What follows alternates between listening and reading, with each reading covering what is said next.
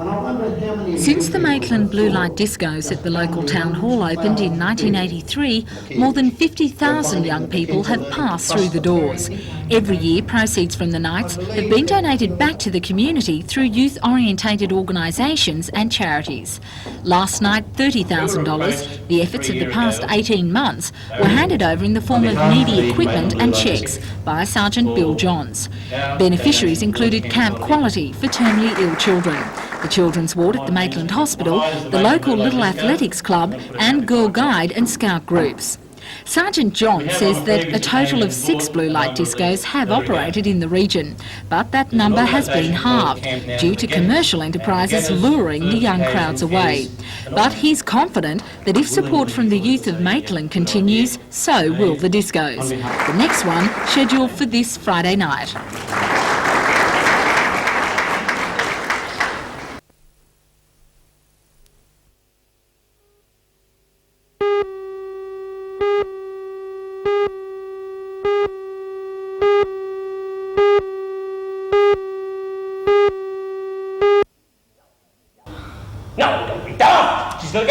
For too long, nightgoers in Newcastle have had a limited choice, according to the cast of Skippy Fries in Hell and other celebrity roasts. The production is actually the 1987 Newcastle University Review, which will open tomorrow night upstairs in the Newcastle RSL Club. The venue was a former nightclub, but will now go under the name of The Last Resort, a place designed to be an alternative to loud music, with plenty of satirical, political and comical entertainment.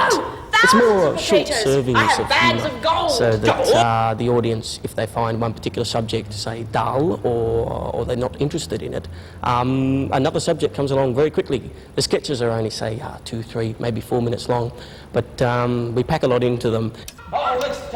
Cast member Chris Fletcher says if The Last Resort is well patronised, it will only be the beginning of a stream of future shows. During the run, we'll be practising and rehearsing a new show, and hopefully the format will continue on like that. And every now and then we'll have something a little different, maybe a cabaret, maybe some bands, I don't know. But generally 4-week seasons, and maybe some kind of wacky Christmas show, who knows. And it's a licensed venue? It is a licensed venue, yeah. Now and then we'll have something a little different, maybe a cabaret, maybe some bands, I don't know.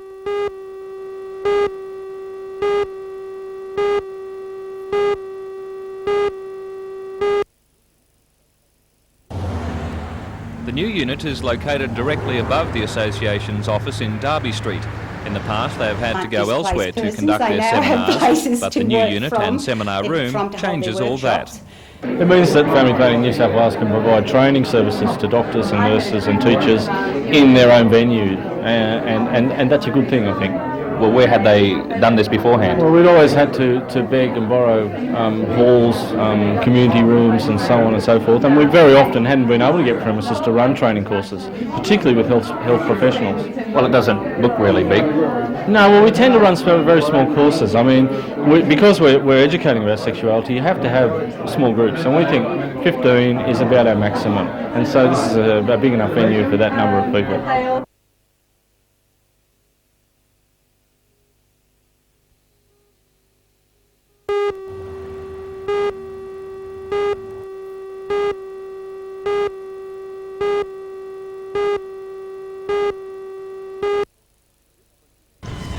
This logistics support shelter is not the first to be built in Newcastle for the Army. The State Dockyard produced a medium-sized prototype before it closed down earlier this year. Barley's took over the manufacturing licence from the dockyard, and it's taken the local engineering firm about 3 months to produce this smaller prototype. The shelter is designed to be used on the Army's new 6-wheel 2-ton Land Rover and will be fitted out for a variety of uses, from forward command posts to portable workshops, like the prototype. Today, the shelter was loaded on board a truck for its trip to Melbourne, where it will undergo thorough testing by the Army. If it proves successful, Barley's could be in line to manufacture more of the shelters, a contract which could be worth about $3 million a year. The construction of this gives us the chance to quote on the production runs when they come out for tender early next year. We carried on from where the State Dockyard left off. They produced what the Army call a medium-sized shelter that goes on the 4-tonne Unimog, and this, which they call the small, goes on the new 2-tonne Land Rover. Meantime, Varley's, in conjunction with Alcan, is also working on a prototype coal wagon made from aluminium. The lighter wagons, if proved successful, could meet increased payloads and possible reductions in the cost of transporting coal. It will help reduce costs, and as we read in the newspapers and on the media, that the cost of the transport and the port charges are high, and anything we can do to reduce costs in that must make our coal more attractive to overseas buyers.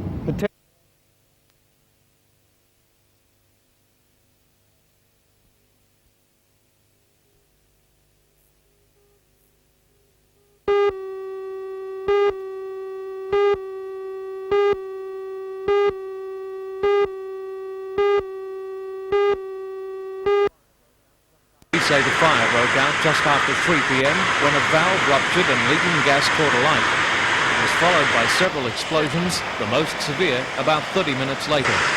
Flames were thrown metres into the sky and thick smoke engulfed the area. Once the valve had gone up, you could actually hear from, it's approximately a mile and a half away, the pressure of the gas releasing out of the valve. Once the valve had released as much pressure as possible, either the valve or the main tank blew, giving off an effect rather like that of an atom bomb going off. 2 of the 22 people injured are in the intensive care unit at Cairns Base Hospital. 3 of the injured are firemen. Police say residents near the Bundas Street gasworks were evacuated and the area sealed off.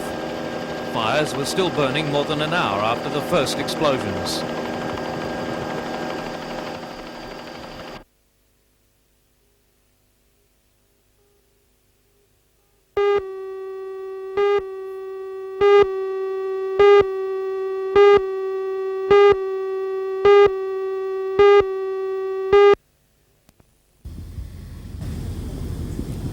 The aim of the course is to develop a career route for high-caliber professional pilots for the aviation industry. A diploma of aviation science will be introduced, which will require 2 years full-time study. The diploma could be converted to a Bachelor of Science degree after a further full-time year of study.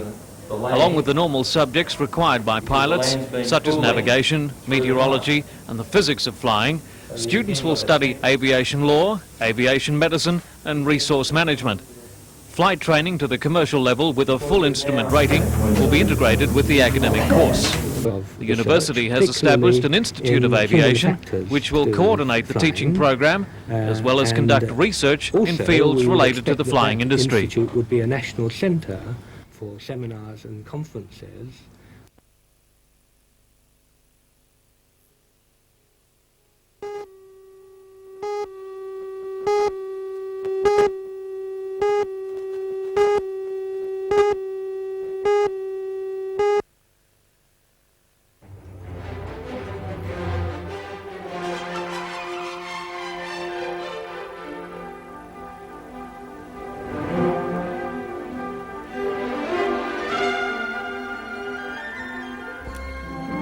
Boheme is described by the critics as the perfect recipe for opera.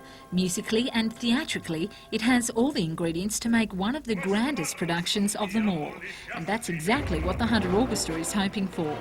Gathering a cast of international stars from the Australian Opera and New York's Metropolitan Opera Company, it's hoped that the project will be only the first of many more for Newcastle audiences. La Boheme will be stage directed by internationally acclaimed Andrew Sinclair and has a budget of more than $116,000.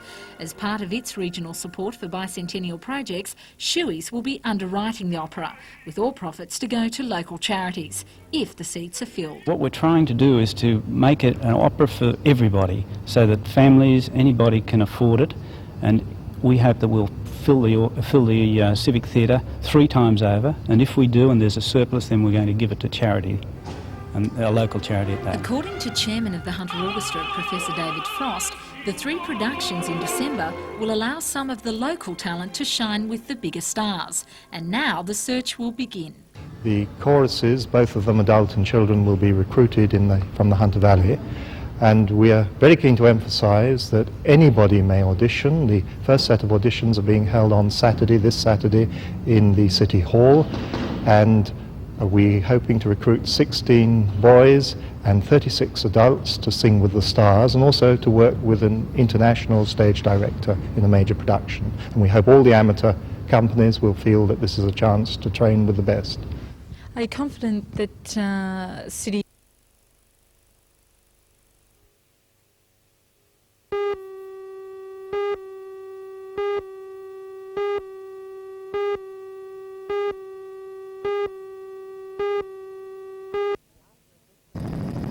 The after effects of last night's torrential rain were plain to see today. In the Hexham area, paddocks were flooded and stock spent their day wandering through water. According to the Weather Bureau in Sydney, the highest rainfall was officially recorded at Peats Ridge, with about 78 millimetres to 9 a.m. Places like Cessnock and Maryville also had heavy rainfall. In the Maitland area, vegetable farmers are getting quite desperate. Many crops are becoming soggy and are in danger of being ruined if the ground does not dry up enough for them to be harvested. One such farmer is Michael Barrett, who runs a mixed vegetable farm called Heather Dean. Although usually optimistic, he concedes that time is running out. Well, it's the inability for us to be able to get on and plant our spring crops. Plus, we're now with this recent heavy rain, we're unable to get in and harvest our crops. We've got about a week's delay now. And with the warm, humid weather that we're having, which is pretty unseasonable, it sets up a lot of rot in the crops that are ready to harvest. Late this afternoon, the State Emergency Services issued a warning to farmers along the Hunter River, saying heavy intermittent rain has fallen in the catchment and significant rises in the level of the river could be expected in the next 24 hours. Farmers along the river are advised to watch the situation and take appropriate action to safeguard livestock and equipment.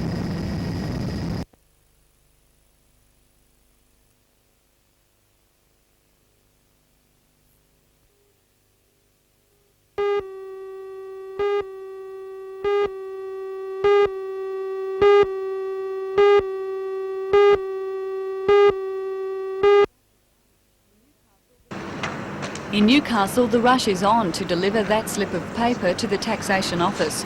But beware, this is the first year that changes to the income tax laws take effect. The main difference lies with substantiation. Whereas in the past you had to show expenses were incurred earning your income, this year you have to have proof, such as a receipt. Well, the big difference is there's a lot less they can claim. In the old days, well, up until last year, a lot of employees used to claim all sorts of things, and in fact the tax office issued a list of expenditure that they regarded as normal, and no evidence of the expenditure was required. But now, to claim any deduction, they must have dockets, receipts, invoices for all the items that they've spent.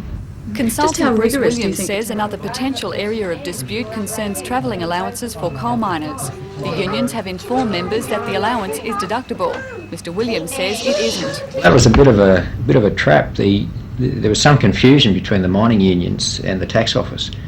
A lot of unionists are paid an allowance for travelling, and basically it covers them travelling from home to work, but quite clearly that's not a tax deduction.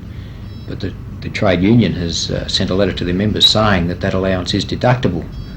The tax office has issued a letter to the agents saying that it's not deductible, so there could be a lot of miners who are going to be disappointed when the claims that they've made for an allowance are disallowed.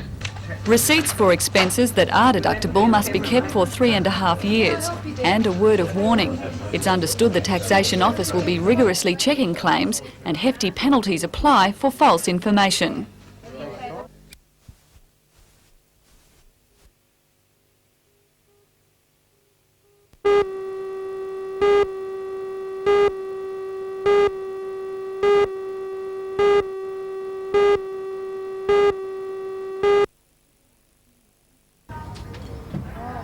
It was a lack of communication that brought the Keelings to their waiting position in Swansea Channel. They say the Coast Guard didn't tell them that the bridge would be closed for 3 days for maintenance. Late this afternoon the seas were calm, but Doug Keeling says for the past 3 days and 2 nights while they were waiting at anchor, it was a different story. During the night I had to keep an alert that my anchor didn't pull. and we didn't drift on the rocks or under the bridge or out to sea, so I had to take anchor watch during the night. It's doing it. Doug says he understands that if we must have an opening bridge, then maintenance work has to be done. But he says there should be better facilities for boats in waiting. He says the bridge deters would-be visitors and that thousands of tourist dollars go floating into other ports. Well, I know it turns people away because I've just spent a week and a half in Hawkesbury, and everybody I've spoke to, it's between the combination of coming across the bar, which is not good and people don't know it, and the combination of getting through the bridge. When they do come into the channel, they've got nowhere to tie up or more long wait. Doug Keeley isn't the first and he won't be the last boat he'd be inconvenienced by the Swansea Bridge. The DMR says the bridge will be closed for 12 hours from midnight on Wednesday the 2nd of September for more maintenance.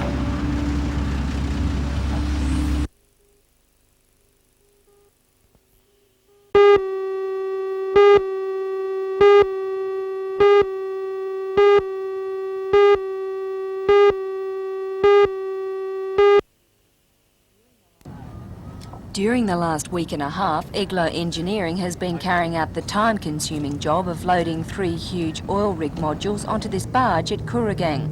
One is thought to be the heaviest single module ever to be shipped out of Newcastle Harbour. They are now on their way to SOBHP's new Brim oil field in Bass Strait, where they will be assembled on platforms to house the production drilling unit. The cargo is the 6th of its kind to be transported by Eglo in the last 10 years. Although no contract has been officially signed for the construction of more modules, Eglo's managing director, Hans Hoff, is confident of securing similar work in the future and says their 100 employees will be kept on the job. We have been awarded a major job from the SOBHP joint venture for the Bass Strait, which will commence in Newcastle in October and will ensure continued employment for our workforce well, certainly until June next year.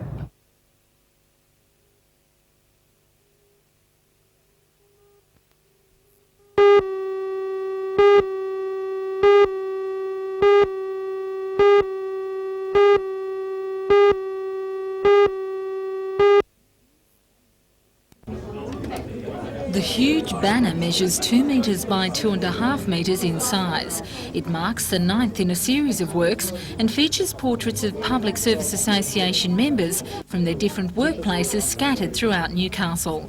The project was jointly funded by the State PSA, the Development Unit of the Australia Council and the Office for the Minister for Arts.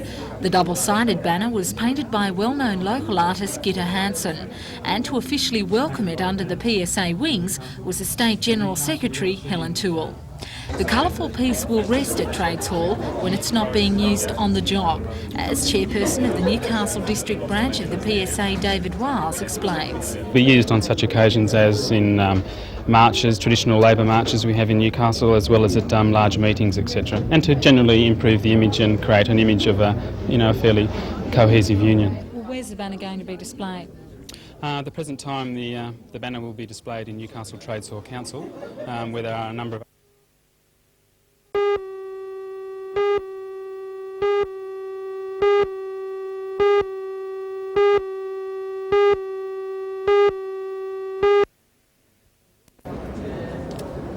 A smorgasbord of colour, taste and texture lay before the crowd of onlookers and the critical eye of the judges. Organised by the Hunter District Guild of Cooks, the Salonculinaire is now an annual event at the Cardiff Workers Club. This year, the fair attracted more than 130 entries, giving local chefs and apprentices the chance to show off their masterpieces under strict competition guidelines. 3 new categories were introduced, including bread manufacturing, pastry cooking and cocktail mixing. According to organisers, as support for the event grows, so too will the exhibition. We will be having a meeting within the next month to analyse what we should have done and didn't do and what went well and what didn't go well, and we will be introducing more categories for next year. Not only does the exhibit feature some of the finest works from the best local cooks, but it's some of Australia's finest judges who are here to test and taste all the entries. So just how good are Novocastrian chefs? Very, very good. As a matter of fact, I'm very, very surprised at the standard here today. I didn't expect anything like this. We often judge in small towns, and this is as good as any in Australia.